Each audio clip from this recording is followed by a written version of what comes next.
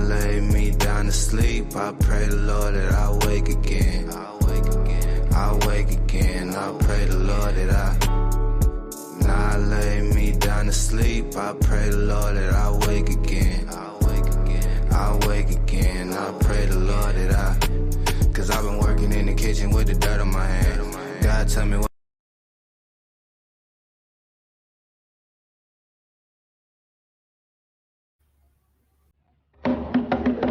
The champ is here! Yo, mic check. The champ is here! The champ is here! The champ is here! The champ is here!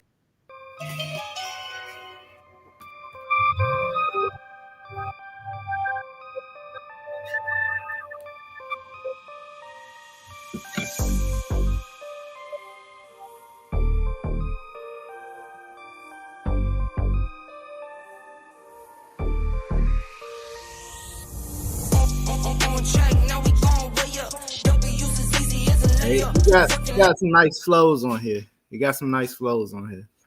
Yeah. This DMG people, man. He got, I don't know everybody music by heart, but yeah, these the layouts that he already got up on here. It's some cool brothers, man. Cool brothers. Man, what happened to Jerome? Did he look like he fell off? He should be coming back on. Okay. He did fall off. Yeah. I ain't even gonna do it. Let's see. Message group. Hey.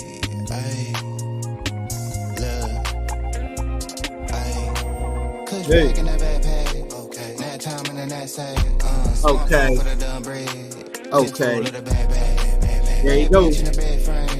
There you go.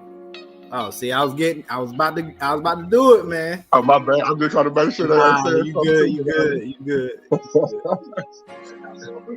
Yeah, it's like it's either from the freestyle on them board.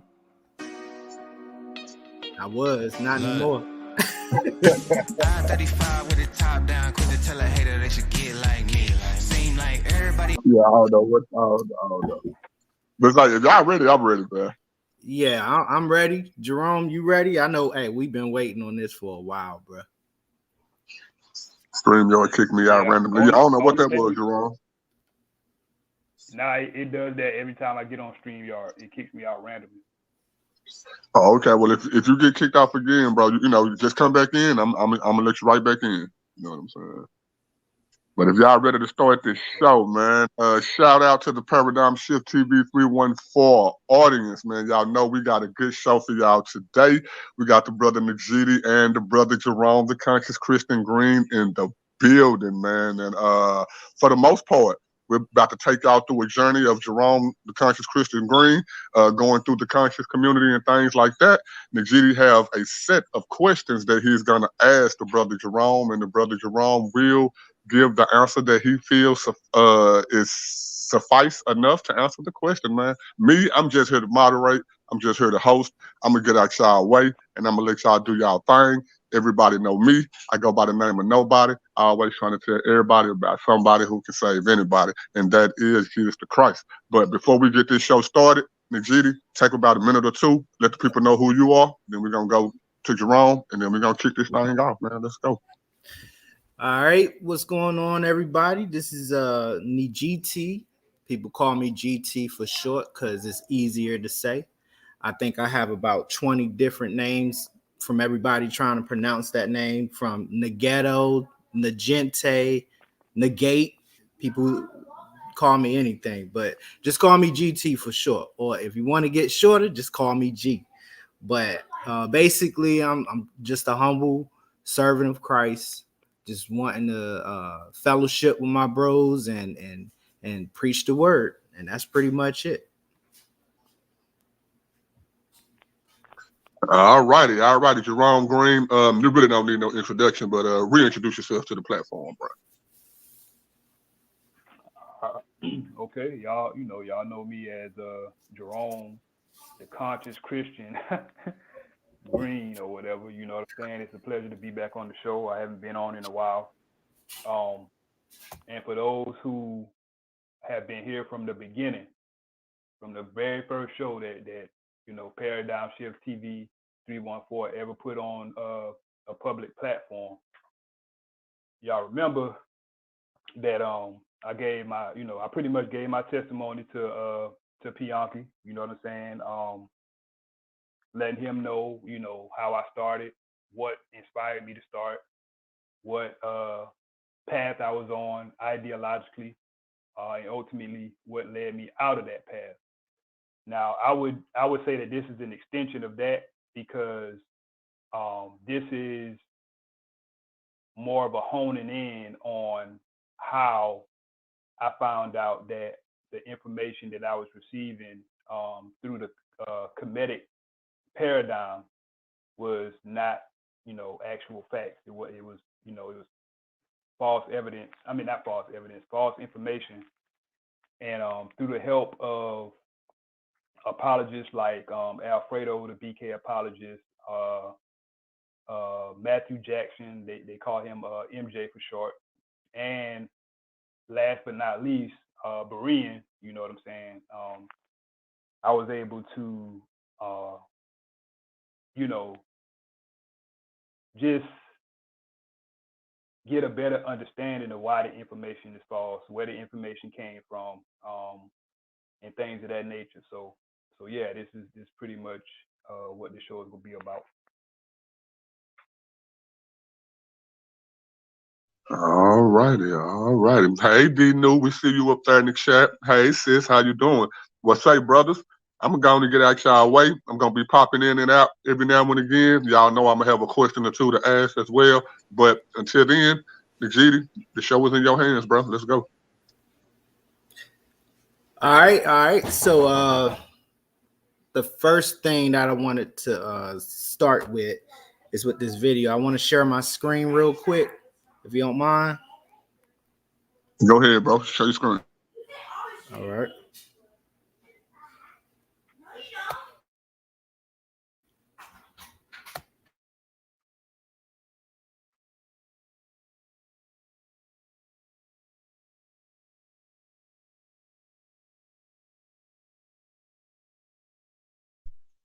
And while the brother Nijiti is pulling his screen up, man, welcome in everybody that's in the chat. Peace to the chat, man. Of course, peace to both of my brothers that's on the platform, man. We got a good show for y'all today. We're going to take y'all into the mind of the brother Jerome, the conscious Christian Green. Hopefully, a lot of y'all people can be edified through this brother's testimony. A lot of us have got sucked out of some stuff that we believe due to a lot of the fake narratives that have come through the conscious community, man. And this testimony right here is a real powerful testimony. Nijiti, your screen is up right now. Go ahead, bro. All right. So I'm gonna play this video, and we're gonna start with this. Can you hear it?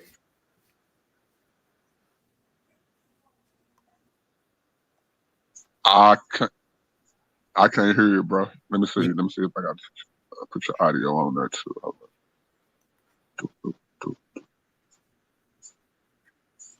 You said you couldn't hear it? No, I can't hear it. Okay. I don't know why. Let me see. Let's see.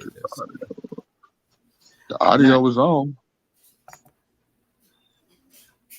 All right. Let me try it again.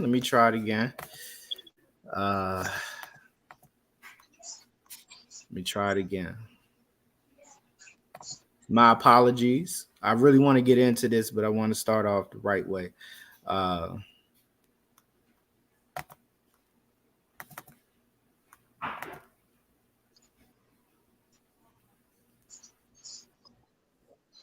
you hear it? I can't hear nothing. Can you hear it yourself? I can hear it. You can hear it? Okay. I can't hear it. Let me see. Everything is on. Like, I don't know. All right. Well, let me stop sharing real quick. Yeah, everything is on. All audio is on. Everything is on. All right. Well, basically, basically, I think who was that? That was one of I think his name is Dr. Ben Dr. Yosef, if I'm not mistaken, Jerome. Yeah, that's Doctor Yosef Ben Yakin. Okay, right. So now y'all gonna have to forgive me because I'm not real familiar with names when it comes to people within the Black conscious community, and I know that Jerome, you are a lot more familiar with some of these people than I am. But I have heard some of the dogma that they put out there, and one of the things that he was stating is that the 10 Commandments came from the 42 laws of Ma'at, which I've always, anytime I heard that, I've always kind of cringed at the idea that somebody would say that, because we don't find any similarities to what they call the 42 laws of Ma'at and the 10 Commandments. But I wanted to start off with that video just to give people an idea of where we was going with the discussion. So, but basically, you know, this interview was an interview. It's done in this interview style type discussion where Jerome and we just plan to really build. And as Jacobus said, you know, I'll be asking Brother Jerome some questions. And depending on what kind of answers I get, I know about I always tell everybody about somebody who can save everybody. Roger, that is my bad. My bad.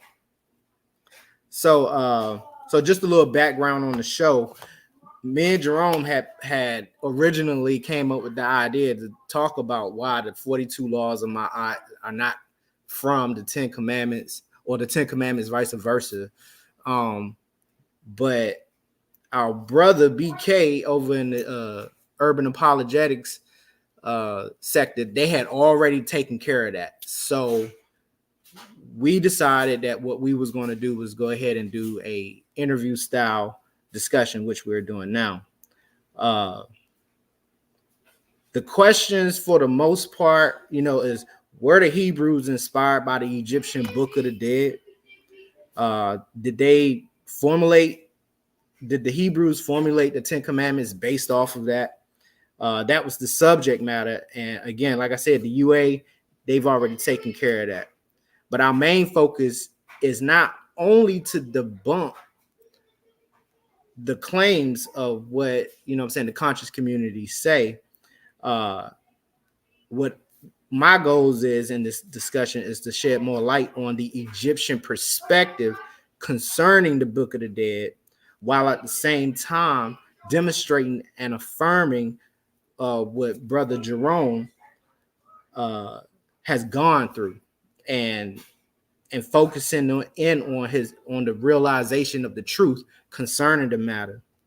So instead of tackling the subject from that angle, as far as like really trying to show that there's no connection between the Egyptian Book of the Dead and the 10 Commandments, I really want to hone in on Jerome's experience, take a few things from what he's experienced or what they taught him, and then focus a little bit more on the actual purpose of the Book of the Dead, which will take us into really you know, how the Egyptians thought about life after death, which I think is a little bit more interesting. So I hope that this is enlightening, and I hope that everybody that's listening is edified.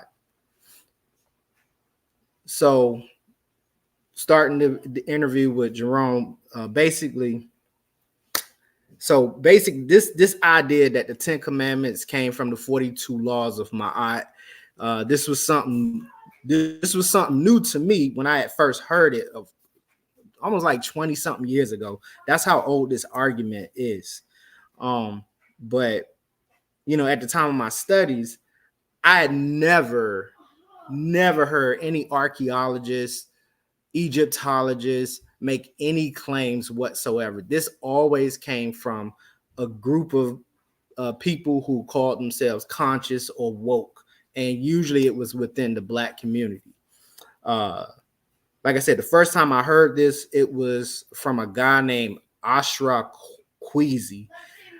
Kwesi. I might be saying this name wrong. Again, I'm not familiar with these people, but I've heard them talk.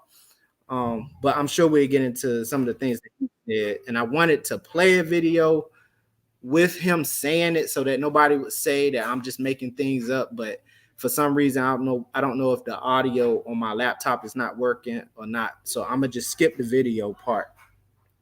But Jerome, this question is for you, my brother. Would you mind telling me first, what was your theological perspective before getting involved with the concepts of the conscious community and leading up to your introduction to this subject and the conscious community? And what I mean is, what was your religious background before you encountered the Black conscious community?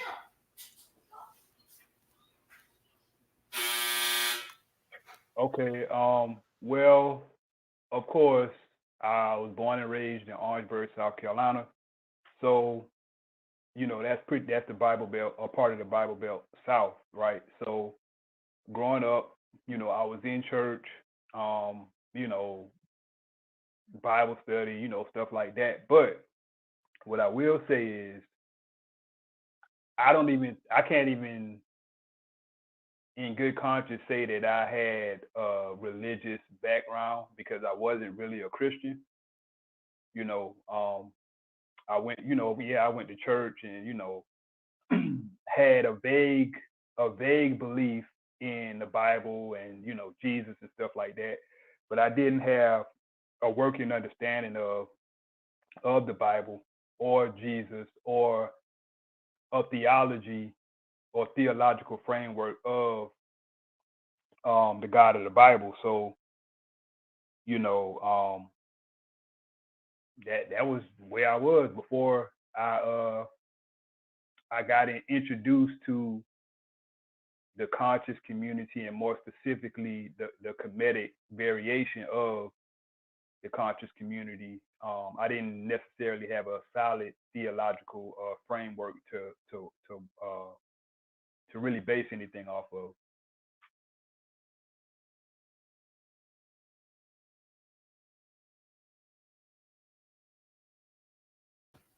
Okay, so basically, uh, you attended church, but pretty much you wasn't like really into church. You were just going. Yeah, I mean, I was I was kind of off and on. You know, I was off and on. Like you know what I'm saying? I would go sometimes, but then, you know, I was out doing things I wasn't supposed to be doing. You know what I'm saying? And hanging in places I wasn't supposed to be hanging. You know, so it wasn't like I was all vested in, you know, in the church or the Bible. Um, so yeah, that's pretty much where I was at, man. It wasn't no, you know, I wasn't really on my square like that. You know, so. Okay. Okay. Uh, so now I know what's his name? Queasy. What could you tell me something about Ashra Queasy? Now I've seen a lot of people in the Black community bring him up, and they reference a lot of his videos. And I've seen in his videos where he's actually stated that the Ten Commandments came from I'm sorry. Anyways, where he stated that the 10 Commandments came from the 42 laws of Ma'at. What was your encounter with that? Did you have any encounters with him, or did you study under him? Okay, so with Ashraf Kwesi, he wasn't the one who initially introduced me to what's called Afrocentrism. That was Malefe Kete Asante in his book called The Afrocentric Idea. And I think it was the revised version that I had read, but it did introduce me to that paradigm. Now, what Ashraf Kwesi introduced me to was Kemetic spirituality. And how I found out about Kemetic spirituality is it was through the internet, because this is way back in like 2013, I think, 2013, 2014 is when I got introduced to Kemetic spirituality, because after I had got introduced to the idea of Afrocentric thought, I did consult my local library, but they didn't have any books besides the one I had already gotten and read. They didn't have any books on Afrocentrism and that whole paradigm. So I had to resort to the internet, specifically YouTube, and that's when I ran across Ashraf Kwesi. And so Ashraf Kwesi not only introduced me to the idea of Kemetic spirituality and the idea that this was something that as a Black person I could lay claim to, but he also introduced me to the idea that both Christianity and the Bible were pretty much European constructs. So in that vein is where, because I kept watching his videos and things like that. So one of the first arguments or talking points that I got from him was that the Genesis account was stolen from the Kemetic creation account.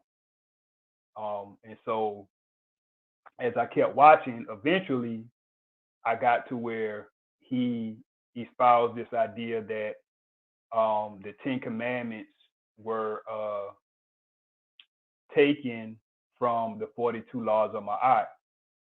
And so not only did I see it in his video, I actually saw it on Facebook through memes and stuff like that, because I had joined Afrocentric groups and they were pretty much spouting the same thing through memes and stuff like that. So after all of that, and I mean, back then I didn't have the wherewithal to kind of like fact check what was being said.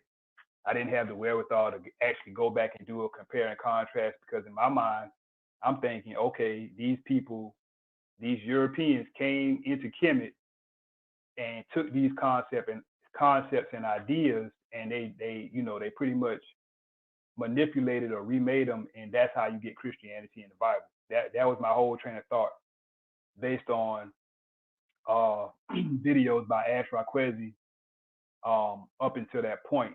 So when he first introduced me to that idea, of course it was surprising, but at the same time, I'm like, man, this dude got to know what he's talking about, because he spoke so matter of factly, and he was saying that he had done about 40 years of field research, and that his teacher was Dr. Yosef Ben Yakin. And so I'm thinking all this stuff is African and African centered. So like that's where my mind was at that point.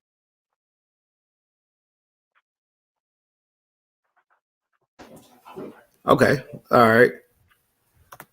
So now just looking back on what you were saying, so I guess one of the concepts was, so they believe that the children of Israel or the Hebrews took from Egypt some parts of their religion and then decided to create what we read in the Old Testament and the New Testament. Is that what I'm picking up? Oh, nah. Actually, they believe that it was Europeans who came into Kemet and stole these concepts and ideas, and then they they put these ideas and concepts into the Bible, and that's how you get the Bible. That's how you get Christianity, stuff like that. So I never remember hearing Ash Raquezi actually mention. The only thing I ever heard him mention about the children of Israel is that they never existed. Okay, that makes sense now that I'm thinking about it.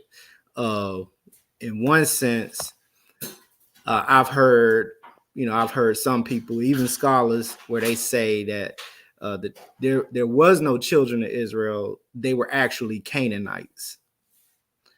That's what I've heard. The second thing I've heard is that yes, like you said, they say it was the Greeks who came into Egypt, took what they had, and then sometime in the first century AD, you had people like Titus of the Roman Empire and his father, who decided to create the so-called Jesus myth in order to, I guess, create what you would call a some type of political upheaval or something.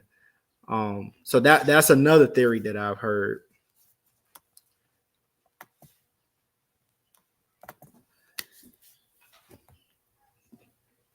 Yeah, and then I mean another one that I had heard, or even I had read. Matter of fact, I had read this. I read this in a book called Echoes from the Old Dark Land. If I remember correctly, it was by Dr. Charles Finch III, and I think in his book he said that there were no Israelites. Those were the Hyksos people that were enslaved in Egypt, and there were never any Israelites enslaved in Egypt. That story was made up and all that type of stuff. So yeah, that was another one that I heard. Peace to BK. What's up, bro? Peace. Hey, so that whole little theory about the Hyksos, that's very interesting. If anybody has been, chatting with me for a while, a lot of people know that I always refer to what is called a revised chronology for Egypt, which was provided by David Rowe.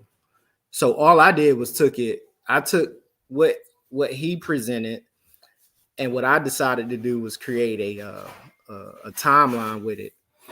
And for me, and I'm gonna show it to you, Jacobus. My bad. Nobody. I'm gonna share my screen again. I'm gonna pull this up real quick. All right, go ahead, bro. Let's see. I know I ain't got no personal files on here.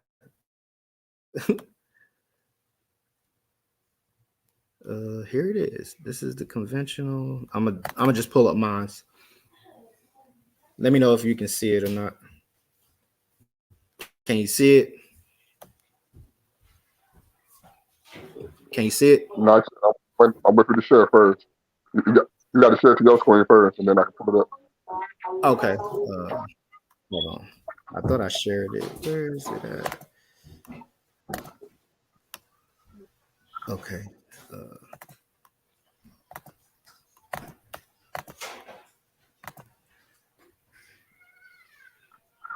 Let me know.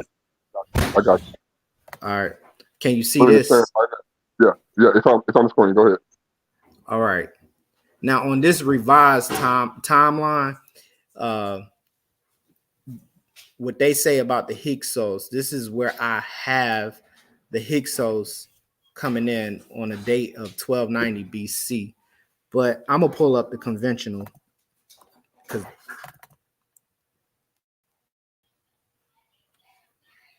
I just want to point this out only because he brought up the Hyksos and try to explain why people think the way that they do when it comes to the history, when it comes to Israel. Now, this, what y'all looking at right here, is the conventional timeline to which all scholars, Egyptologists, this is what they're using. This is the conventional timeline. When you look down at, let's say, we know in between 1759 BC and 1525 BC, where you see the second intermediate, and I forgot y'all can see this. So right here, you see where the cursor is at?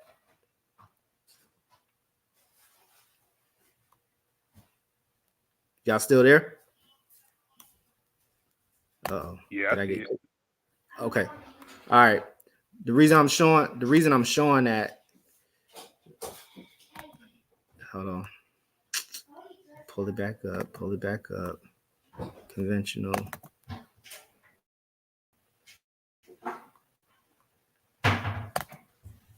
The reason I'm showing this to you is because, so when somebody say that, oh, it wasn't the children of Israel, it was the Canaanites, or the Israelites weren't around at that time or anything like that. When you look at the second intermediate period, 1759 BC, and the New Kingdom, 1525 BC, by this time, the children of Israel hadn't even made it out of Egypt yet.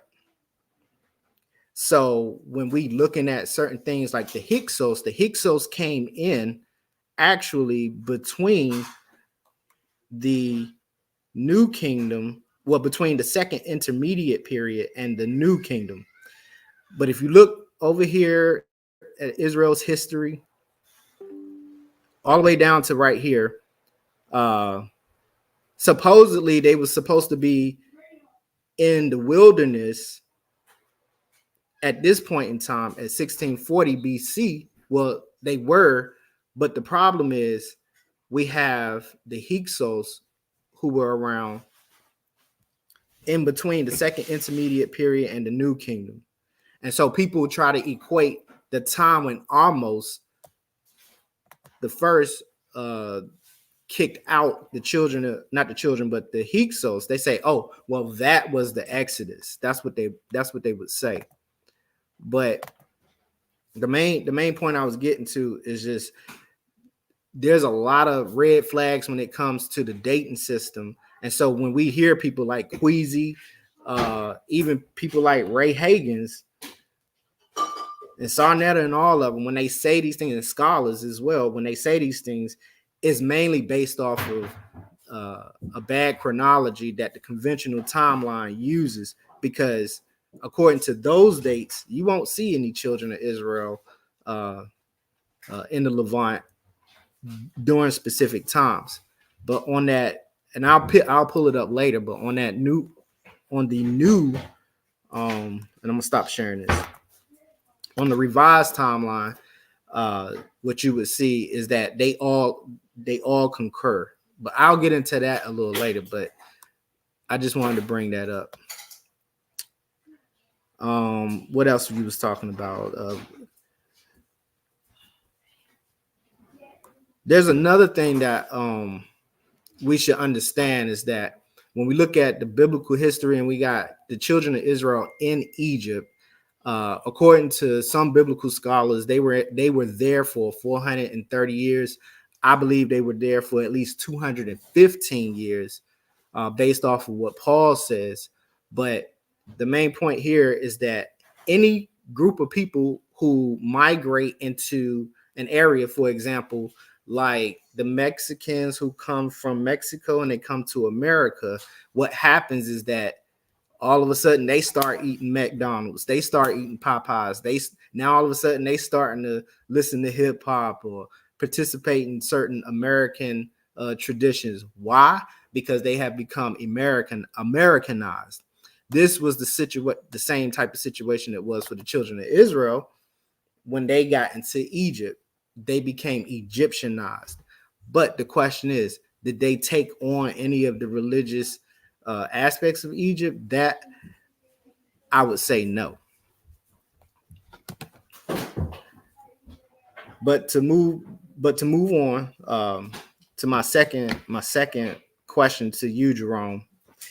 So I have a brother who really studies the occult, and there have been times when I'm having these Bible studies and or attempting to have Bible studies. Is we get into a long, drawn out discussion about certain philosophies, and when we get into those areas, I don't get lost, but uh, it's like I get well, actually I do get lost because he start throwing out all these names and all these terms out, like the Hegelian dialectic or certain words like mysticism, New Age philosophies. Years back, years back, I couldn't grasp hold of the understanding of all of what it means, and still today, I still get a little confused, but uh I can't remember all of the names that he called out or the originators of some of these new age philosophies. But what I found out is that there is some type of connection between the conscious community, where people actually are linked to particular new age philosophies. Are you able to go into those type of details in regards to the Black conscious communities? I guess you would call it a worldview. Well, I'll give you an answer based on what I was able to discover via um, some wisdom from Brother Berean and what I was able to gather later from I would say, expertise of Brother Alfredo with making those connections, right? So I can remember just like yesterday where I was I had by this point, mind you, I had kind of backed away from comedic spirituality altogether, because I kind of, I kept getting red flags and stuff like that, which I won't go into, just not to prolong the show. But at that point, I had backed away from it. Now, I didn't just, go running back to the church and the Bible and stuff like that. I still, was kind of like stuck on the fence about religion, period. But I remember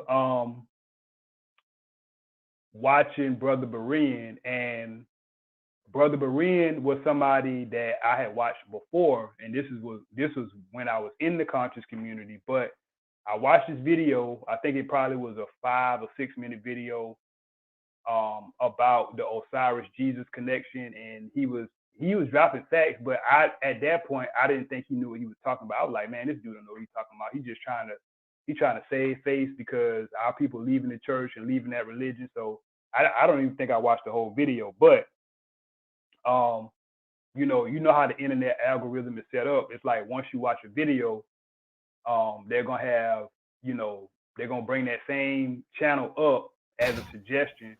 You know what I'm saying? And so I remember going back and watching another one of his videos, and in that video, he stressed something that was very important. He stressed the fact that it's imperative to cite sources, right? So what he did was he said, if you have this book, this book, this book, he was listing off books, right? And I had a few of the books that he listed off. He said, what I want you to do is I want you to go into the back of the book where the reference section is, and I want you to look up these names. He started listing off Jerome Massey. He started listing off Kersey Graves, James Breasted, Manly P. Hall, Madame Blavatsky, I think Alvin Kuhn, William Churchward, Albert Churchward, and it's a bunch of others, right? And so I'm looking in the back of these books that I have. The first one I looked into was the African Origins of Major Western Religions by Dr. Ben, right? And so I'm looking and I'm seeing these names, right? And I'm highlighting these names. So after I finish watching the video, I do a simple Google search, looking up these names, and I'm finding out that, of course, these are Europeans, which kind of undermine the whole idea that it's the Afrocentric type, So it's like Afrocentric dead. It's paradigm like dead on arrival. Yeah, because it's like the information and these talking points that I had been believing for a couple of years at this point, I'm finding out that these talking points are really coming from Europeans and they're not actually coming from Africans. It's just that some of us took those things and kind of like ran with them, and so it's like, so once I started looking up these individuals, and I find out that Blavatsky was a Luciferian. I think Gerald Massey. You know what I'm saying? Like Gerald Massey was. I think he was an occultist too. He was. Manly P. Hall was a part of the. I think he was a Mason. I don't know if he was an official Freemason, but I know he kind of dabbed into that school of thought too. So it's like, not only are these people European, but these people are a part of the occult in some way, shape, or form. So it's like, for me, I kind of had to humble myself, like, man, like all this time I had been believing that this stuff was like African, and I'm getting African centered, and I'm shedding this Eurocentric mindset and I'm replacing it with an Afrocentric one, right? But all in all, bro, I had gotten duped. So I just had to realize that, and I had to kind of like come to terms with the fact that that was the case, because that's what it was. There was no need to really get angry or anything like that. I just had to humble myself and realize, okay, this ain't what I thought it was, DMG said, "Wow, cameras ain't on." This man been telling me for like 3 years to cut my camera on. What's up, DMG? See, I don't got the setup like that, so I can't just cut my camera on like that. Yeah, it's cool. I got the desk. I just don't got the other stuff, man. I'm working on it. Yeah, look, just look at my humble bookshelf. I had a lot of books, man, but I lost them in the tornado. I think it was 2018 to 2017. Oh man, what's up, fam? You on mute? What up? What up? Yeah. Back, come show your beautiful face. Let the people see your beautiful face. Come here. Hey, she had to take the bonnet off, y'all. No. We're not. Give me up. Come say hello to me. Let me she acting shy. Anyways, you go back and cook. Hey, but Jerome, to what you were saying, I think well, from what you was explaining or describing, I looked at it like this.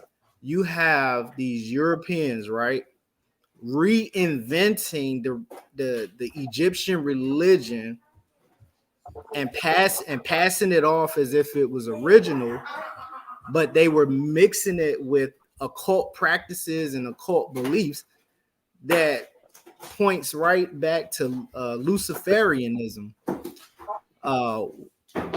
One of the things that I honestly believe is that around, if you look at the time frame, you have a lot of components that added to the confusion when it comes to Egyptian religion and history. Remember the hieroglyphs during the time of Madame Blavatsky. I forgot the other guy's name. When all these German philosophers was coming out with their occult practices and Kemet and Egypt mysticism, I feel like it was this phenomenon that we usually refer to. I think I heard Craig use it or somebody else, and that is the Egyptomania phenomenon, where knowledge about the history of Egypt was just coming out. the translations of the hieroglyphs had just been formulated. I think it was like the mid 1800s, thanks to Napoleon, who went over to Egypt for the war over there, found the Rosetta Stone. Then he asked your boy Sean Polion to translate what he saw, and was able to the hieroglyphs based off of the Rosetta Stone. And as those translations was coming out, you had people like Madame Blavatsky, who was Charles Taze Russell, who else? A couple of other occultists who were taking the new information and creating doctrines off of it. And it's so funny because years later, when the technology and a better understanding of the Egyptian hieroglyphs was coming into fruition, it's like a lot of the things that we hear Manly P. Hall say, or there's another Luciferian that y'all probably don't know about, whose name is Albert Pike. Albert Pike was a 33rd degree Freemason. Oh, yeah. And what Albert Pike did, I think in his book Morals and Dogma, he states that the pyramids were not built for to be used as a tomb. And so when I hear people say, "Oh, the pyramids are not really tombs; they're really power plants or electrical power plants for free Wi-Fi and all this other stuff," I know where they get that from. They get that from people like Albert Pike, because Albert Pike says that the initiates, they used the pyramids to do their initiations, which is probably true. But the original intent of the pyramids was basically for it were tombs. That's what they were. They were tombs. So it's like the German philosophy versus the actual history of Egypt clashes. And based off of your experience, it seems like that's what you encountered.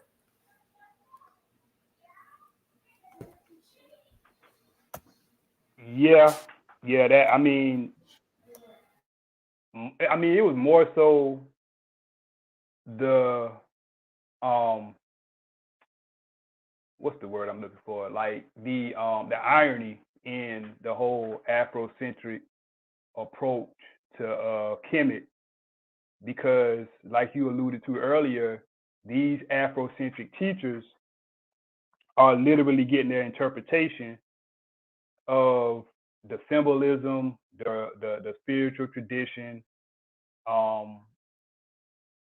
the theology, and a host of other things from they're looking through the lens of Europeans, right? And so it's like, it's like you're not. How could you call it Afrocentric when you're using a European interpretation?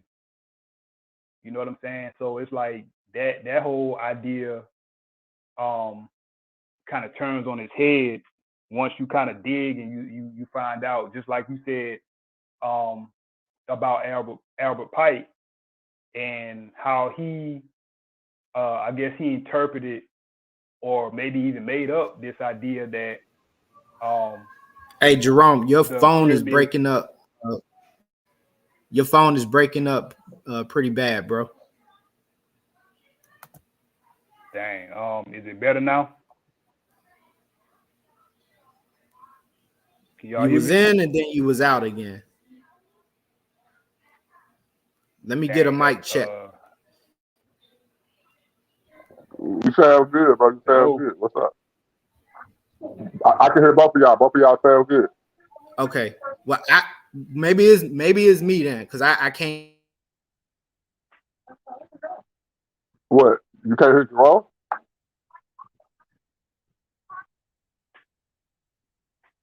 Jerome, say something real quick. Yo, yo, yo. All right, I can hear Jerome clear. Nigiri, where you at? Say something real quick. Oh, I guess Okay.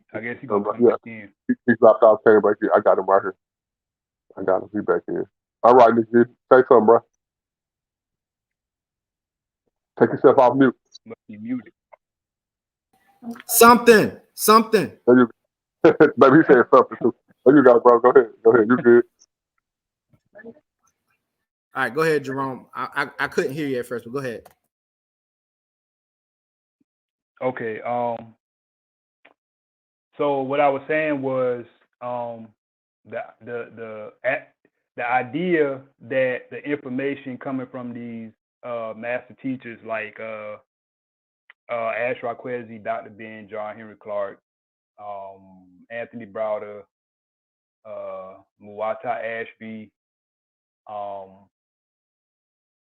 and others in that school of thought, it kind of turns on its head when you figure out that the information and the interpretation is actually coming from Europeans. It's like they're viewing Kemet through a European lens and not an African lens.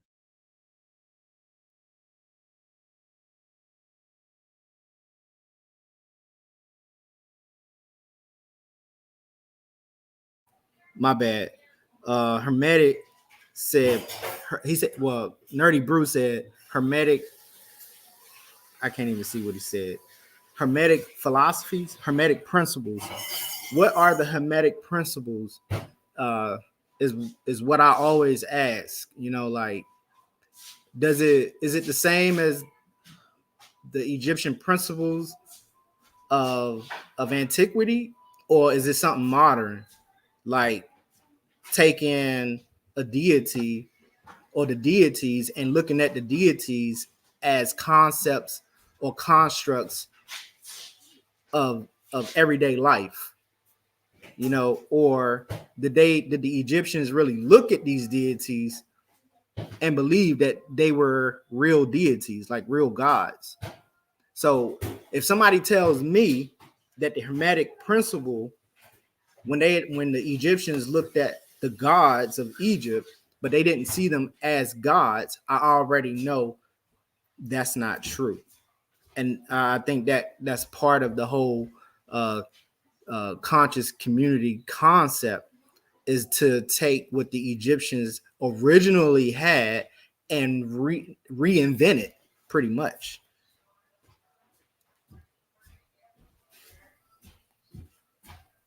You got Yeah, anything? I think what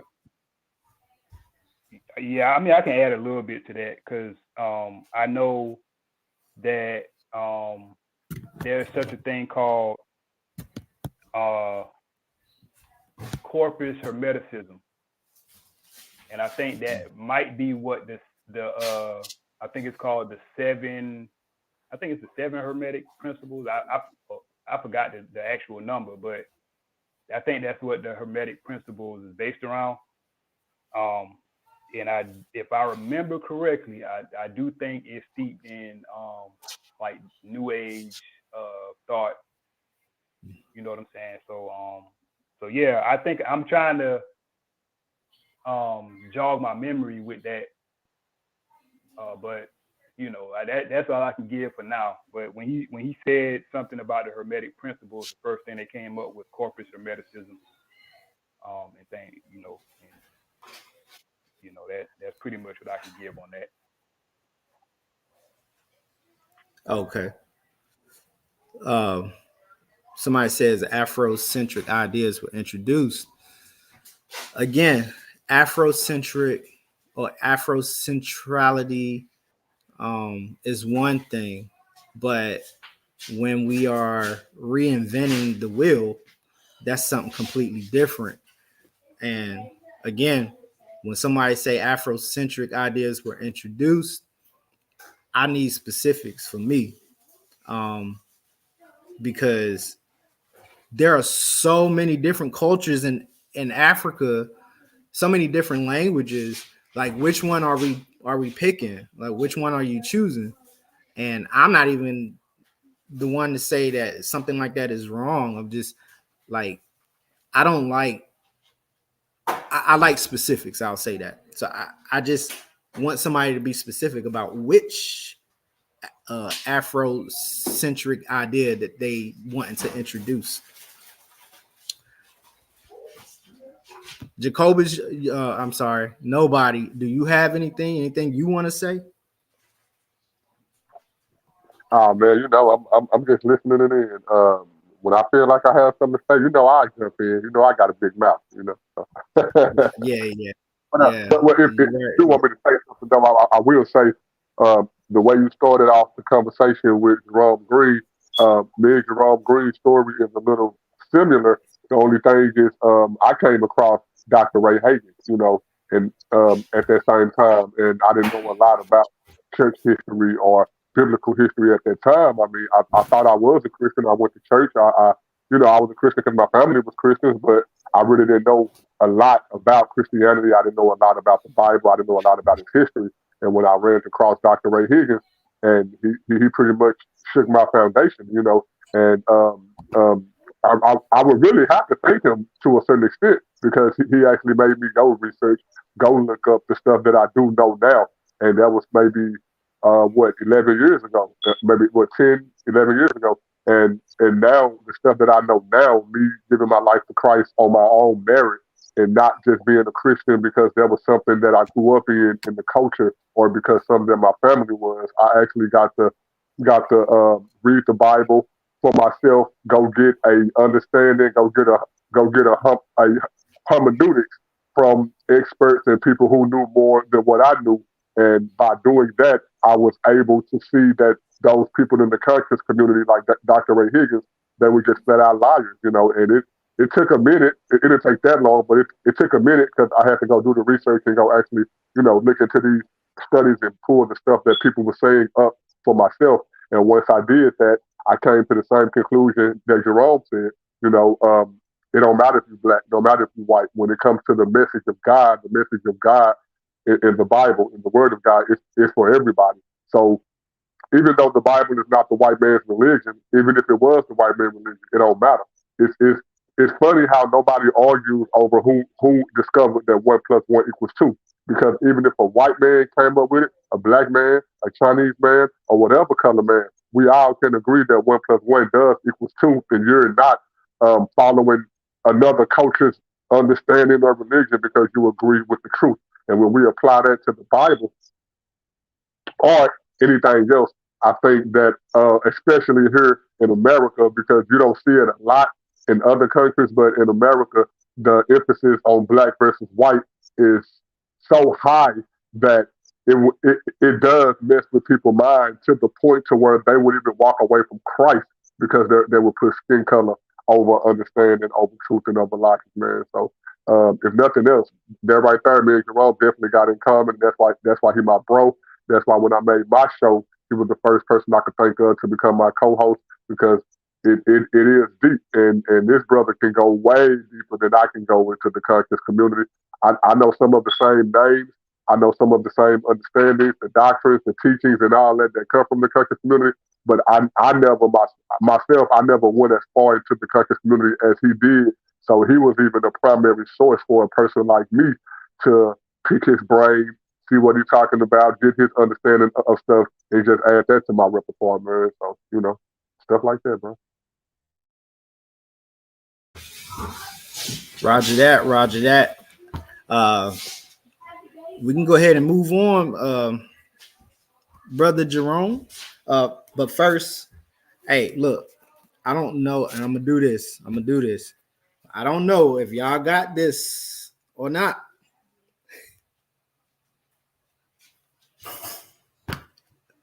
Y'all need to get that. My wife loves the poems. It's my favorite poet, DMG. All right. Jerome, anything else before we move on? Nah, we can go ahead and move on. Okay. All right. So basically, on this part, after how did you come to the realization of the truth? And when you came to the realization of the truth, uh, what was your reactions? How did you feel? What was your reactions, if anything?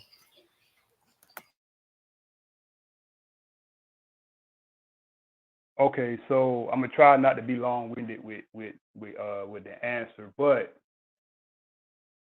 upon, because I mentioned how I was pretty much reintroduced to Brother Berean and his videos, right?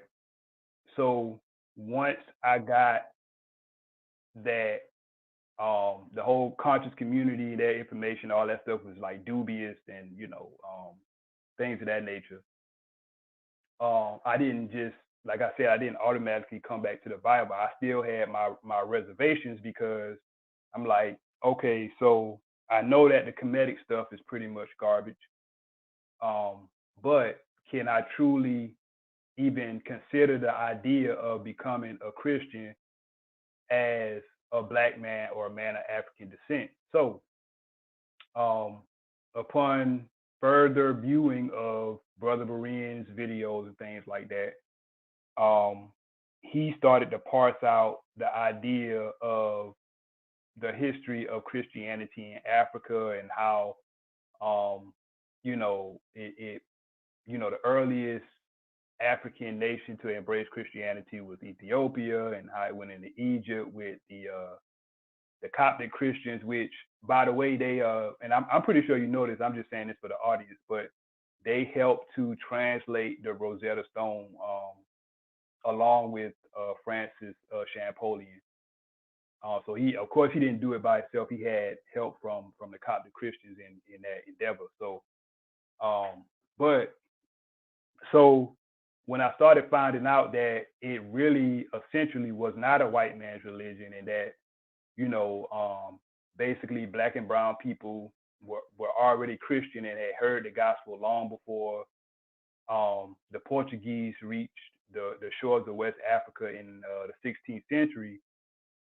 I was like, man, that kind of, in a way, it blew my mind because of course, I had never been exposed to that information. So I started doing more research, and I ended up getting this book called How Africa Shaped the Christian Mind by Thomas C. Oden.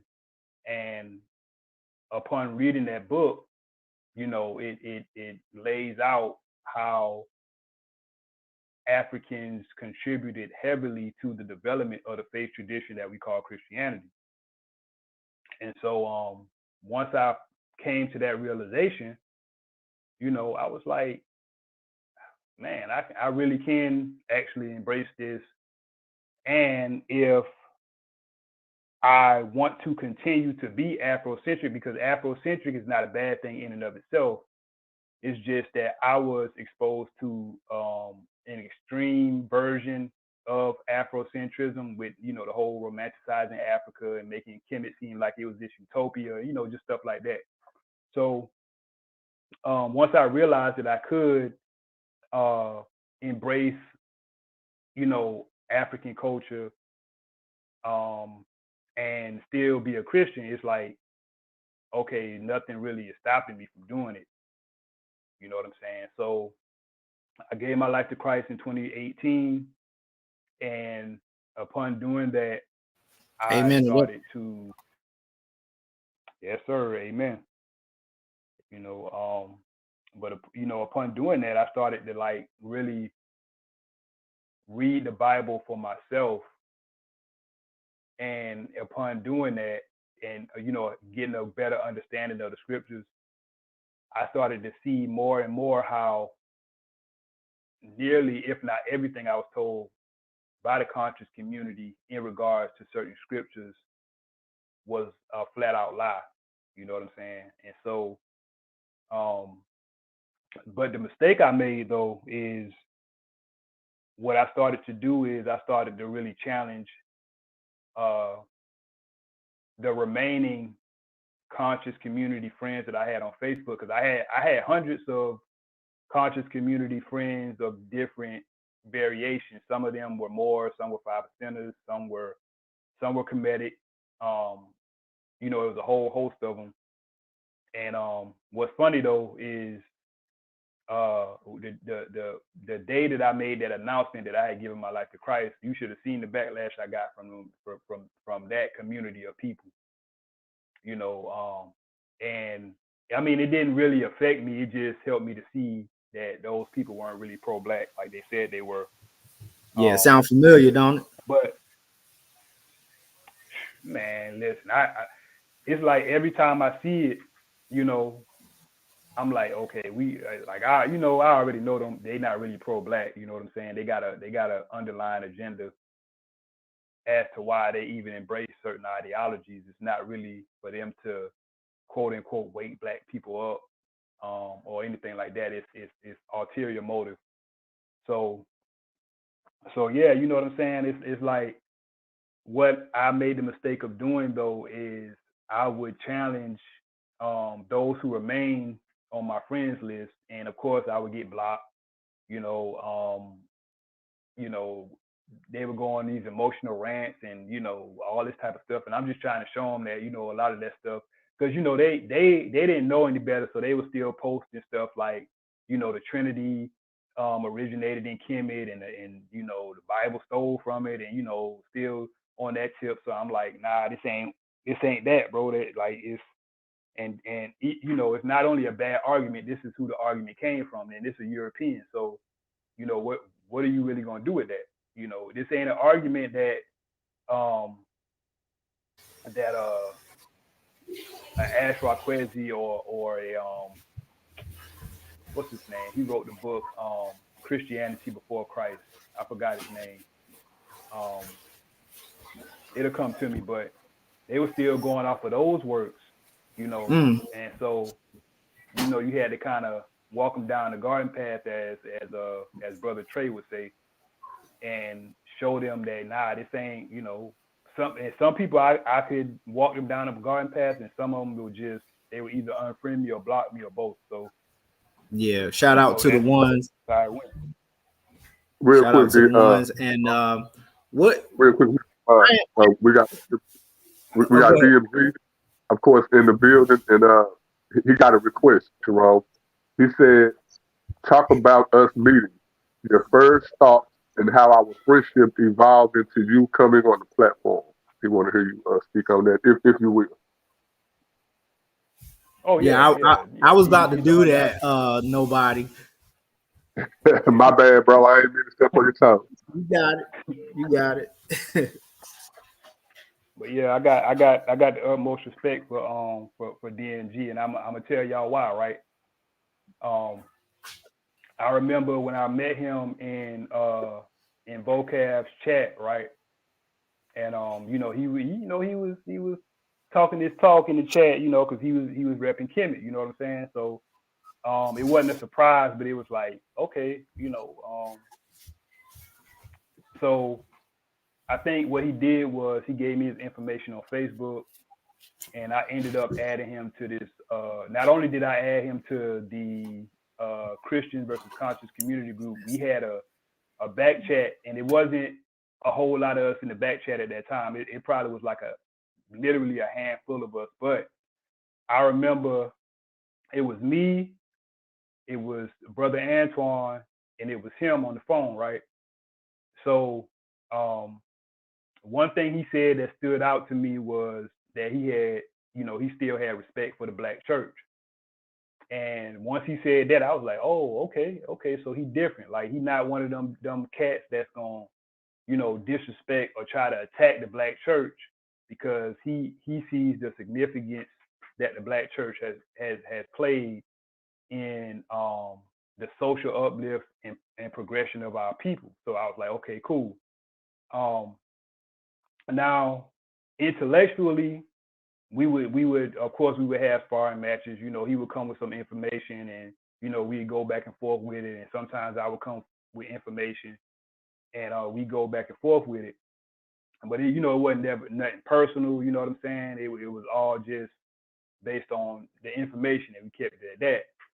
But as time progressed, we started to get closer. You know what I'm saying? And me, him, and Antoine started having more like personal discussions outside of the different ideologies and stuff like that. So we developed a real friendship, the three of us. You know what I'm saying? And I believe it was Brother Antoine that because DMG had pitched the idea of doing a show, creating Paradigm Shift TV 314, and I don't even think he had a name for it at that particular time, but Brother Antoine was first in like pushing him to go ahead and do it. You know what I'm saying? I was like, yeah, go ahead and do it, man. You know that, because the way he laid it out, it was like it was the layout was, it was cool. Like we come on, we parse out information. You know what I'm saying? Maybe even debate. But it was more so about having discussions and stuff like that. And me and Brother Antoine was down, so um, so that's between him pitching his idea and following through with it, and his wife actually supplying the equipment, that's how it came to fruition. You know what I'm saying? And so yeah, man, we've been tight ever since, man. You know what I'm saying? It's been a beautiful relationship, man. And like when he came to Christ, you know what I'm saying? I ain't gonna lie, like and I'm not the only one, but I wasn't even surprised when he did it. You know what I'm saying? Because I knew that he was searching for truth. You know what I'm saying? And so the truth is gonna lead you back to one place. You know what I'm saying? So that's how it went, man. And we've been rocking ever since. Oh, and another thing I want to bring up. You know how it is, like, cause DMG, he older than me and Antoine, but anytime he older than me too. Yeah, you know what I'm saying? So like it's like anytime a cat will call themselves trying to talk slick to either me or Antoine, you know what I'm saying? DMG would step in and be like, nah, it ain't, that ain't gonna fly. You know what I'm saying? I can remember, I had ticked off, well, I ain't gonna say his name, but I had ticked off one of the conscious folks. And he started to curse and, you know what I'm saying, call me out my name or whatever. And DMG, he interjected immediately. He was like, look, like, you ain't gonna talk to this brother like that. This brother ain't disrespect you. You're not gonna disrespect him. You know what I'm saying? That's just how it's gonna be. And so, you know what I'm saying? He laid down the law, and that's just what it was. So that just shows the character that he has. You know what I'm saying? And he wasn't even, the thing about it is, he wasn't even a Christian at that time. He just, his he was just compass, undercover. you know what I'm saying? He was undercover. Maybe I don't want to speak for him, but I guess he don't like when guys, you know what I'm saying, call themselves trying to bully or trying to disrespect other black brothers. And so anytime that took place, and DMG was present, he was gonna handle it. So yeah. So how and I will follow up by saying, you know what I'm saying, DMG, I'd rather call him Pianki, because that's how I met him, as Pianki. And I know about the 25th, 24th, 25th, 26th dynasty periods of Egypt, and that's where you would find the majority of your Nubian pharaohs. And so I understood why he chose that name, and I respected that. And when you go and read the history on Pianki, um, very strong, pharaoh of Egypt. If I'm not mistaken, I think he was also an ally of the southern kingdom of Judah. But in any case, yeah, I 100% agree with you as far as DMG is concerned. Real good brother. I appreciate the fact that he let me come on to this platform and spew out this information about the Bible, Egypt, and and other topics and participate. So, shout out to DMG, aka Pianki. Appreciate it. I know we're getting into the hour, but what I wanted to ask maybe a few other questions or make a few other statements. As far as the 42 so-called laws of Ma'at are concerned, how did you deal with that information when you came to the realization of the truth? And truth is always going to lead you back to Jesus. Amen. Pastor Trey. I don't know why he trying to run from that too. Okay. Let's see. That actually required help from Nefertiti, may she rest in Christ, BK Apologist, and MJ Matthew Jackson. Now, I think the first person that I knew that had addressed that idea was Nefertiti, and she pointed out plain and simple that there were, I believe, 4 commandments within the 10 commandments that you don't even find in the 42 so-called laws of Ma'at, right? Which is true.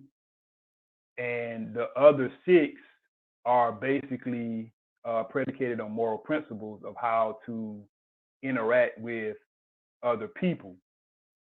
Now, that makes sense because universally you had, well, let's just keep it in the ancient Near East, right? In that area, you had like law. I mean, you had codes of conduct and moral laws in every nation of people surrounding Israel. Like you had the Hammurabi Code. You had and you know what I'm saying, you just had other codes of conduct and moral laws that people live by or were supposed to live by. Now, I would say the only difference in those moral laws and the moral laws that were given to Moses at Mount Sinai was its metaphysical basis. You know what I'm saying? And so there's that, and then like when you get into what those 42 quote unquote laws actually are, then you start to see a fundamental difference, and that's where and I learned that from Alfredo, BK Apologist, and Matthew Jackson.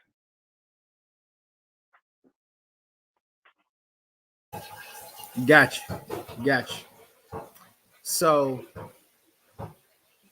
what I figured out in listening to you and other people on this subject concerning the 42 laws of Ma'at, first of all, I think you would agree with me. Ain't no such thing as 42 laws, right? Ain't no such thing as 42 laws of Ma'at. Is that accurate? Yeah, it is accurate. I was actually going back and forth with a brother yesterday about this very subject, about is there such thing as 42 laws of Ma'at, and I tried to stress to him that no, there is no 42 laws of Ma'at. Now you do have the 7 principles of Ma'at, which are truth, justice, reciprocity, and the other principles. I can't name them off the top of my head, but you have those, yes, but you don't necessarily have 42 specific laws that the people were supposed to live by within the Kemetic framework.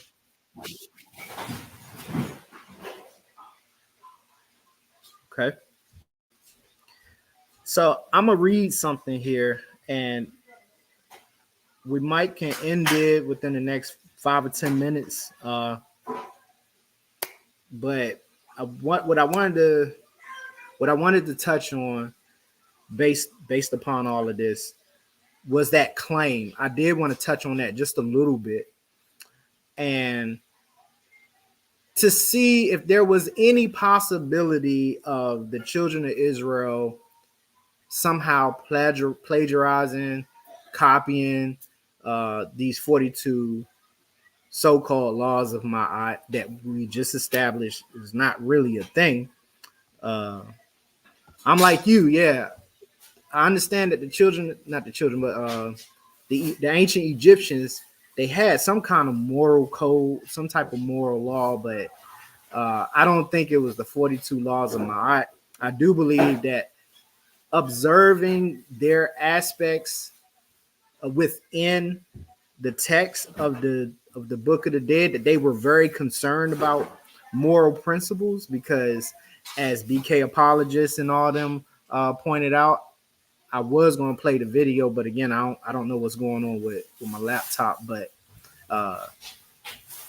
go to their channel, check out, did the 42 laws of Ma'at come from, did the 10 commandments come from the 42 laws of Ma'at?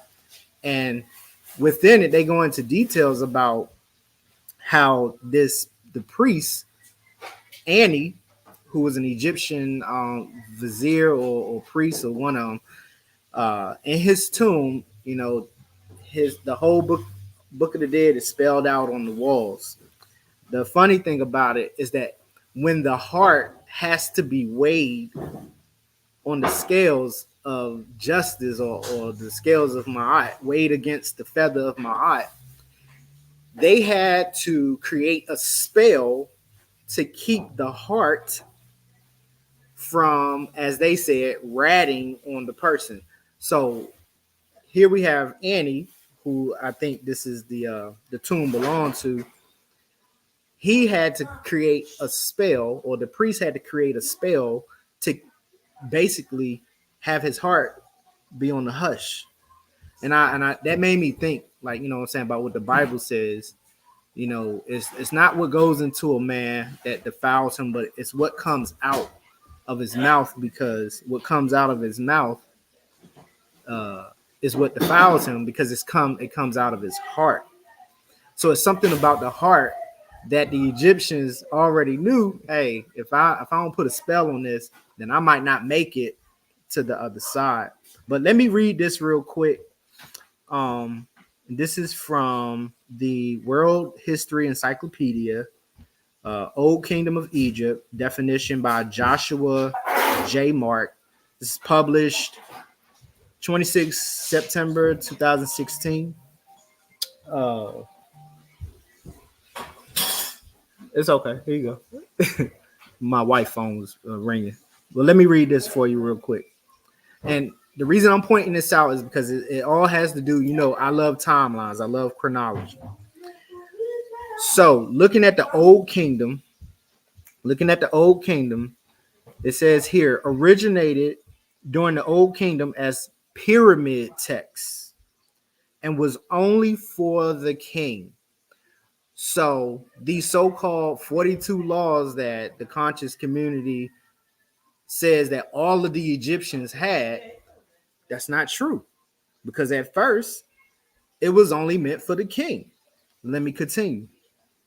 Now, the Old Kingdom of Egypt, which is dated 2613 to 2181 BCE, is also known as the Age of the Pyramids, or Age of the Pyramid Builders, as it includes the Great Fourth Dynasty when King Sneferu perfected the art of pyramid building, and the pyramids of Giza was constructed under the kings Khufu, Khafre, and Menkaure. The historical records of this period, the 4th to the 6th dynastic time of Egypt, are scarce, and historians regard the history of the era as literally written in stone and largely architecturally, in that and through the monuments and their inscriptions that scholars have been able to construct the history. The pyramids themselves the pyramids themselves relay scant information on their builders, but the mortuary temples built nearby and the steles which accompanied them provide the names of kings and other important information. Further inscriptions in stone found elsewhere from the time record various events and the dates on which they occurred. Finally, the tomb of the last king of the fifth dynasty, Unas, is spelled Unas, Unis, provide the first pyramid text in elaborate paintings, so far and so forth. But I'm gonna skip down. It says here, Unas was the first king of Egypt to have the interior of his tomb painted and marked with inscriptions which have come to be known as the pyramid text. So historically, one, there was no Book of the Dead during the fourth, fifth, or sixth dynastic period. So there's no real continuity as far as like with the Ten Commandments are concerned. They don't even come close. Also, what we have here again in the fourth, fifth, and sixth dynasty is the first pyramid text. But what about the first dynasty? What about Narmer? What about Scorpion? What about what's his name? Oh, the King Aha. What about these first and early kings who didn't have anything written on their walls or any pyramid text? So for me, this right here is telling me that this whole idea that the Egyptians had some type of book walking around quoting laws like they were the Ten Commandments is false. You have anything to say on that? Any response? Anybody?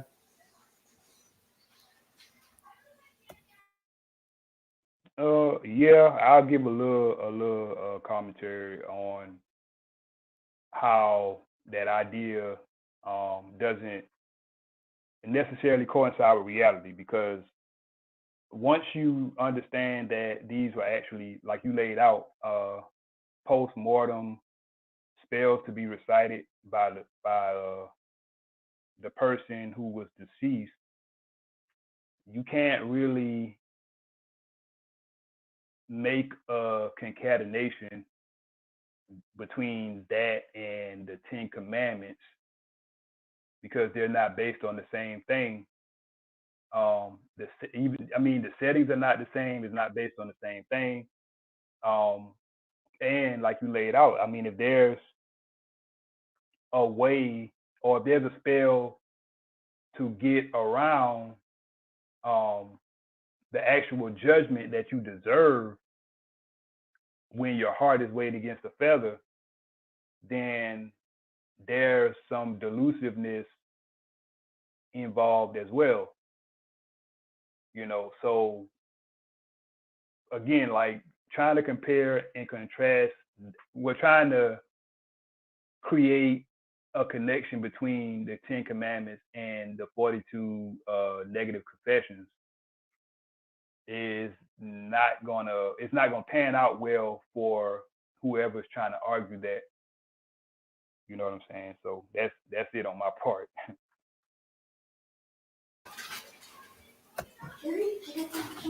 Okay. Let's see if it was something else that I had to. I did. There was one thing that was very interesting for me. You may have heard it before, but in regards to the building of the pyramids, and we can end it after this, or take questions, or whatever. But thinking about the first pyramids and when they were built, and like I told y'all, I hold to a different, a revised chronology, and this chronology has really helped me in regards to my own research, because a lot of times when we might watch videos or we might read something and that's it. You know what I'm saying? We'll put the book down, we'll turn the TV off or the recorder off, and then we'll go about. And the only thing that we will have is what that author or person has said. But when you go and do the research, there's much more of, I guess, a pleasure and appreciation for the subject once you come to the realization of the truth. Because the reason why I bring that up is because thinking about when the first pyramid text was written. The first pyramid text was written between the 4th and the 6th dynastic period of Egypt. Well, it's very interesting. One, I hear people say, or unbelievers, they say, "Oh, well, I don't know Hebrews. There were no Hebrews in Egypt. They didn't build the pyramids and things of that nature." It's funny because the Giza pyramids, no, the Hebrews didn't build, but there are other pyramids that were made not out of stone, but out of mud brick, and the mud brick had evidence of having straw in it. Those were the ones that they built, and they came during the Middle Kingdom. But going back to the 4th, 5th, and 6th dynastic period, Josephus, and I have his book up here.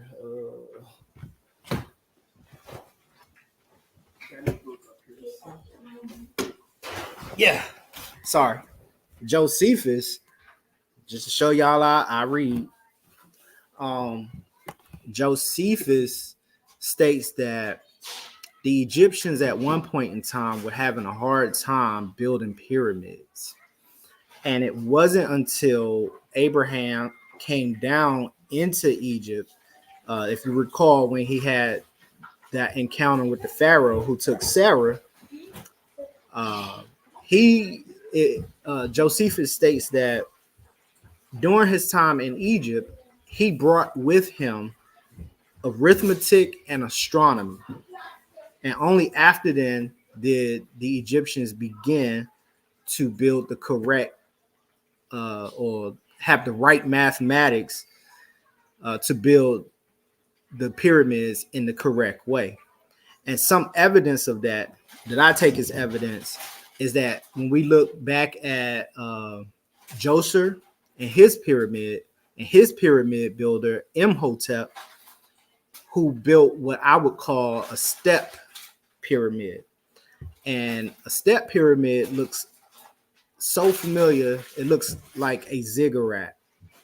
And Abraham is said to have come from the land of the Chaldeans, which is modern day Iraq. And that area during that time, and even further on during the days of Babylon, were known for astronomy. But it's interesting that Abraham ends up on the timeline that I follow in Egypt between the 4th, 5th, and 6th dynasties, passes on some mathematical knowledge to the Egyptians, and then we start to see the construction of these type of pyramids. But again, as far as the pyramid text is concerned, this would be the first or prototype of what eventually became the Book of the Dead. But the Book of the Dead was not, we didn't see the Book of the Dead until like the late Middle Kingdom of Egypt, or right around the New Kingdom period. And the one that you always see the most with Annie, the Book of the Dead that you always see the most of, that's from Annie. I think he was a priest or a scribe, a priest, or a vizier. I can't remember.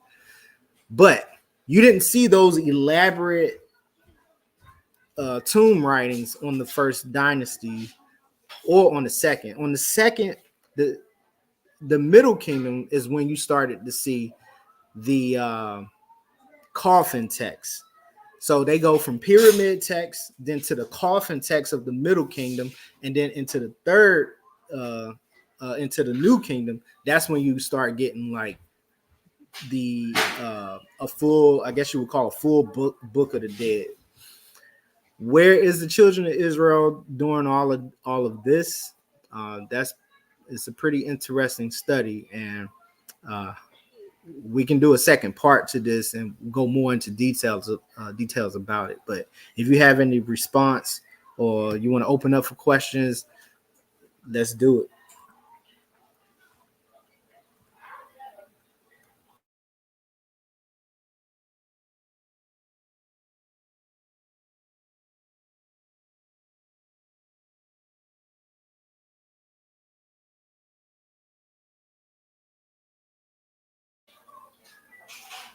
Jerome, anybody there?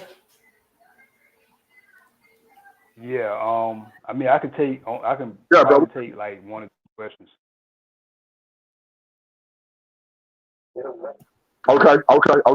I'm about to drop the link in the chat.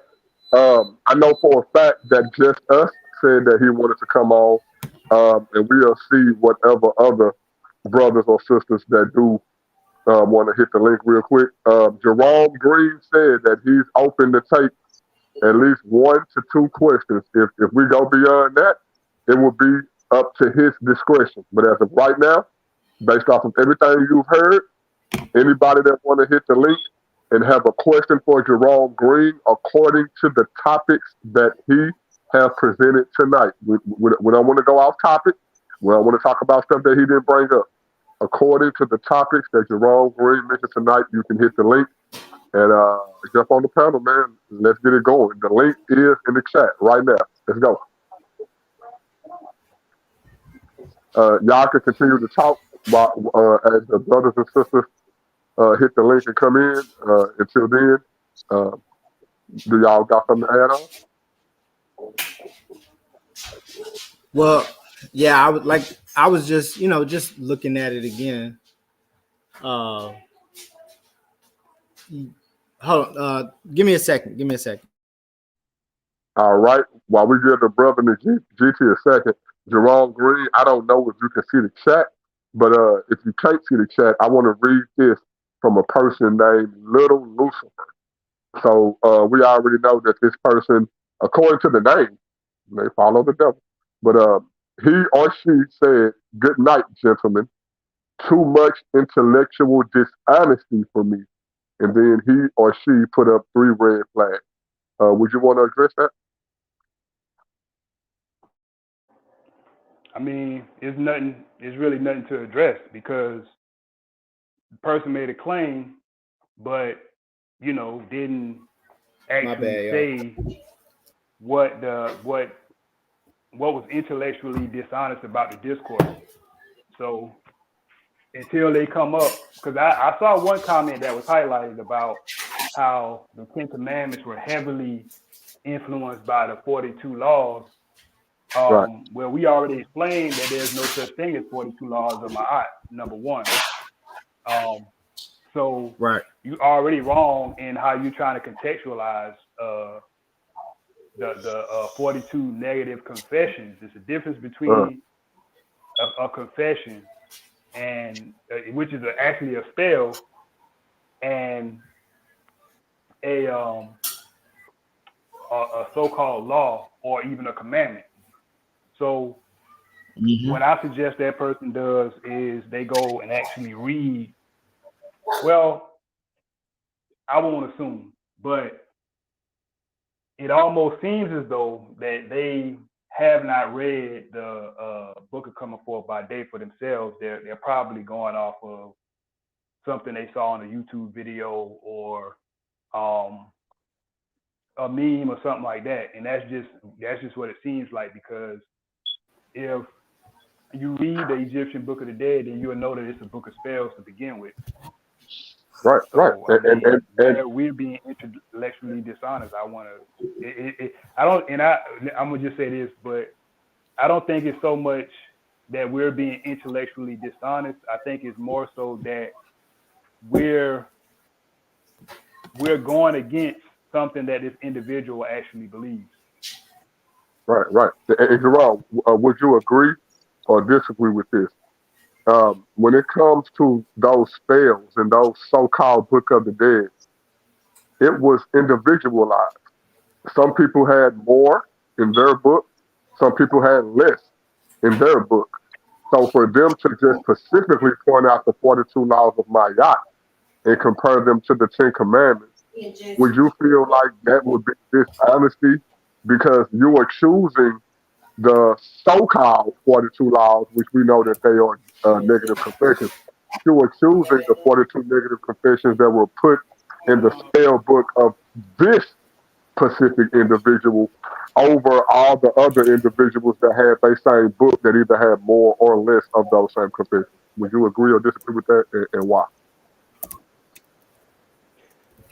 I mean, I would agree because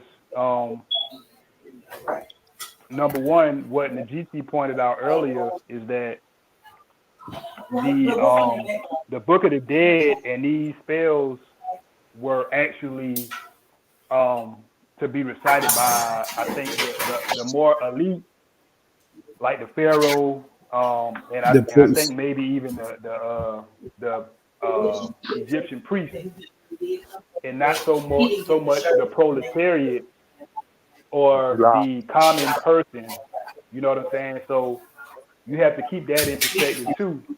So it just wasn't for any and everybody. It was for those who were initiated into the Egyptian spiritual tradition and had a stature as either a pharaoh or one of the high priests. Right. And, Jerome, you know, when it comes to trust and believe the gospel and the paradigm shift, some of the early videos that we have on both channels were you and I going back and forth with DMG on this same subject. DMG know a lot more about Kemet and their practices than the average person that we see in these chats that we're responding to. Me and you have dropped several videos, at least what 3 to 4 videos responding to these particular topics. And even brothers like DMG, when he wasn't a Christian, following the Kemetic stuff, he agreed that these spell books, and these so-called negative confessions, they were applied to the elites, the people that had money and the people that could afford them. Once people saw that this stuff wasn't coming true, they opened it up to average people and started charging these people money for them to get their own book written based off of their negative confessions. So you agreeing with me and agreeing with the GD, I would also have to agree with both of y'all that people who come with those certain statements, they obviously haven't looked into or potentially don't have no clue about what these people believe in Egypt. And if I could add on, there are 633 laws in the Bible, not just 10 commandments. There are 633 at that time period that the Old Testament lists. So how do we get um, the Ten Commandments being stolen from 42 negative confessions when there were not just 10 commandments, there were actually 603 commandments, and the 10 commandments are only listed one time in the Bible. So why do people put a big emphasis?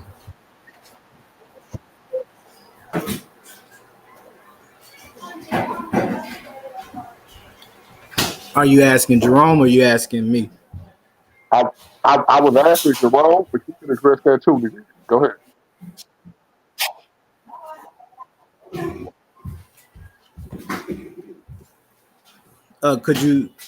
Could you ask the question again? I could vaguely hear Okay, you. Can you hear me now? I can hear you. It's not you. It's just a lot of stuff going on in my background. Okay, I try to speak a little louder for you. Um, how could they think that the Ten Commandments came from the 42 negative confessions when the Ten Commandments are a part of the 633 laws in the Bible, not just the 10. So how do we get 42 from the 633 and then the 10 from the 42? Oh, I don't know how to answer that as far as like how they came up to that conclusion. All I can think of is may have been one of those references from one of those German philosophers that made that up. Because that's the only way that you can come to that conclusion is that one, there were 42 laws, and the crazy part about it is that they don't seem to understand that the 42 the 42 confessions are to 42 different deities, and those 42 different deities were either at the time that it was written or at some point in time in Egypt's history, they were the 42 deities that were over the 42 nomes of Egypt. So it's not like this person is going before God and confessing 42 different of his sins or anything like that. No, or affirmation saying that I have not, but instead he goes up to one, I have not. Then he goes to the next one, I have not, and then the next one, I have not. That's a lot to do, and then on top of that, again, they can go to the Urban Apologetics and see the show with BK and them, and how they explain that the Ten Commandments was more like a vassal treaty, like between the superior and the subordinate. If you do this, I will do this. If you do this, you will be cursed. If you do this, you will be blessed. It was more of a vassal treaty versus affirmations. So there's no way possible that the 42, again, there is no 42 laws to even mention here, because there weren't. And then looking at the timeline of it all, there wasn't 40. There wasn't a Book of the Dead when Egypt first started. There wasn't a Book of the Dead by the time the 11th, 12th, well, the 10th, 11th, 12th, and 13th dynasties came in. That's the Middle Kingdom. There was no Book of the Dead. And if I can remember, there was maybe one that they found that dated right at the end of the Middle Kingdom. But the what you said earlier about how the Book of the Dead was individualized, that is true, because what the scribes started to do was mass produce the scrolls, because now they was using scrolls by the New Kingdom. So if you ever looked at the scroll of, the Book of the Dead with all the spells, you will see places where the ink is black. But when you get to the part where it's red, originally that red part was left blank, because it's just like like you got a document and it's just like it has everything that's pre-written in there, but all you would have to do is add the needed information, like your name, your date, just religion, all of that. So when you're looking at a scroll that's dated, I think I'm lagging behind you, but if I can ask what you said just real quick, you're right.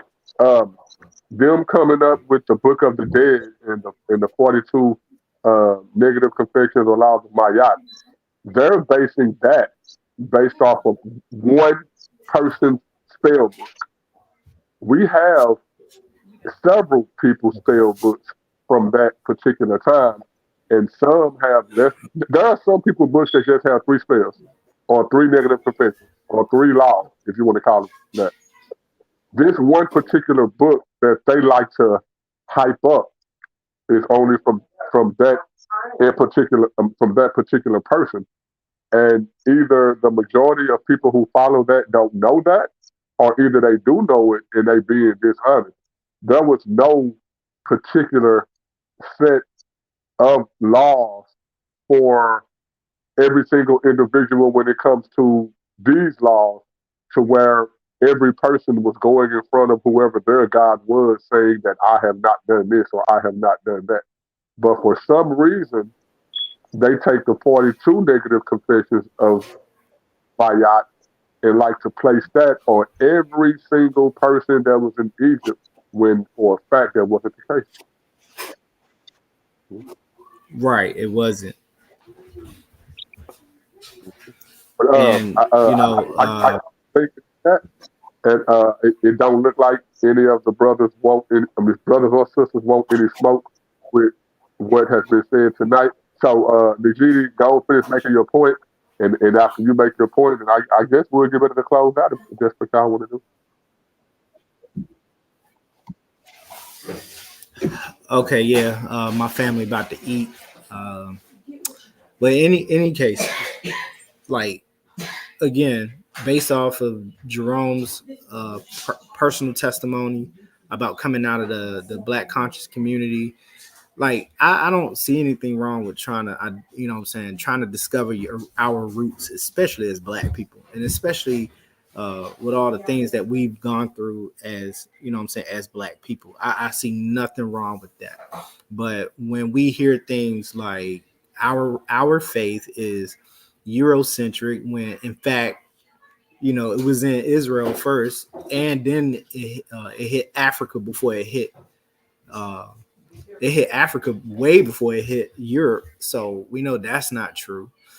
Um, but then, you know what I'm saying, when the claims come in that we believe in a religion or a faith that stole things from ancient Kemet, and then come to find out that no, that's not the case either, because their concept of ancient Egypt is based off of German philosophers, and they do not reflect the true nature of Egyptian religion, because they were wrapped up in occult practices and Luciferianism. So, is it safe to say that anyone who wants to follow the Black conscious community and the doctrines that they read, are they then unknowingly Luciferians?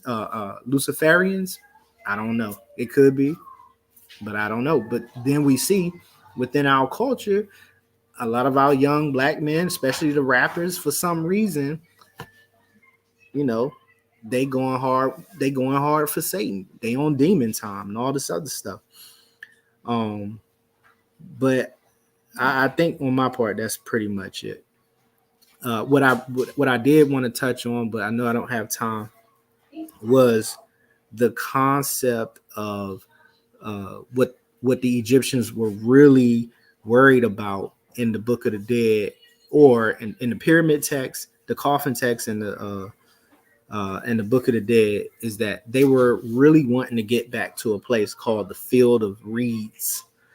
And so the next time we do this discussion, that's what I want to focus on, the Field of Reeds, because the Field of Reeds gives us an indication of the origins of dynastic Egypt.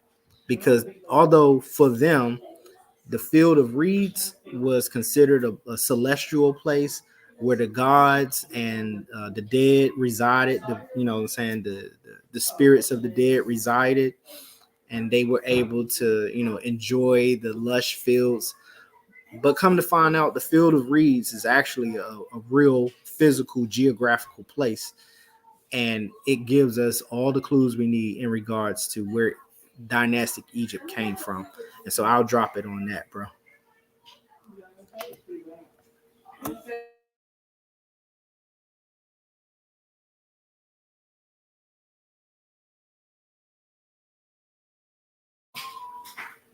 Yeah, nobody. If I see Jerome dropped off, so if you got anything, you go ahead and close it out.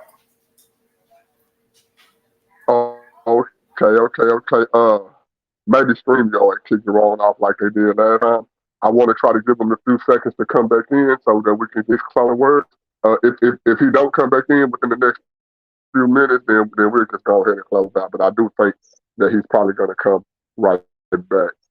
Shout out to everybody that's in the chat, man. We appreciate everybody who stuck around with what's going on the show tonight, man. As you can see, all three of us brothers, we are passionate about the Bible. We're passionate about our belief. We're passionate about Jesus Christ, man, and we're not here to be dishonest. We're not here to try to force anybody to believe anything that isn't true. All that we're asking that the people who listen to this show tonight, when you come with your disagreements about the Bible, you're not just dealing with people who have been what you would claim to be a Christian their whole lives. You're dealing with people who were seeking, like the Bible told us to do, who were searching, like the Bible told us to do. And at the end of the day, some of us have walked away from the Bible, but still seeking the truth, and it led us right back to the Bible. So I genuinely believe that people who are seeking the truth, as the Bible tells you, go seek, go find, go knock on the doors, go seek, go find all that. If you're being honest with yourself, um, in my opinion, man, it's going to lead you right back to who the one true God is. The only way that you're not going to get led back to the one true God is if you're not being honest with yourself. You don't have to be honest with me. You don't have to be honest with Najidi. You don't have to be honest with Jerome. But if you're honest with yourself and if you're actually seeking and you're trying to find out who God is, I don't think in no way, shape, or form, I don't have any doubt that it's going to lead you back to the one true Savior, which is Jesus Christ, man. You got it? I don't see Jerome coming back right now, bro. Do you got anything else to add before we close out? Nope. Just shout out to the one. Shout out to Paradigm Shift. All our friends, family, all of them. Appreciate you. Appreciate it. Well, man, y'all know me. I go by the name of Nobody. I always trying to tell everybody about somebody who can save anybody. That has been my brother Nikiti, the most well kept brother that we got on Paradigm Shift TV 314. That has been my brother Jerome Green, telling y'all about his experiences from uh, self proclaiming to be a Christian, but actually not, leaving the Bible, going into the conscious community, and coming right back to the Bible once he was able to weigh all of these different questions and stands and statements against what the truth is, man. And we appreciate y'all for tuning in. We appreciate y'all for coming, and we hope to catch y'all in the next one. This has been Paradigm Shift TV 314.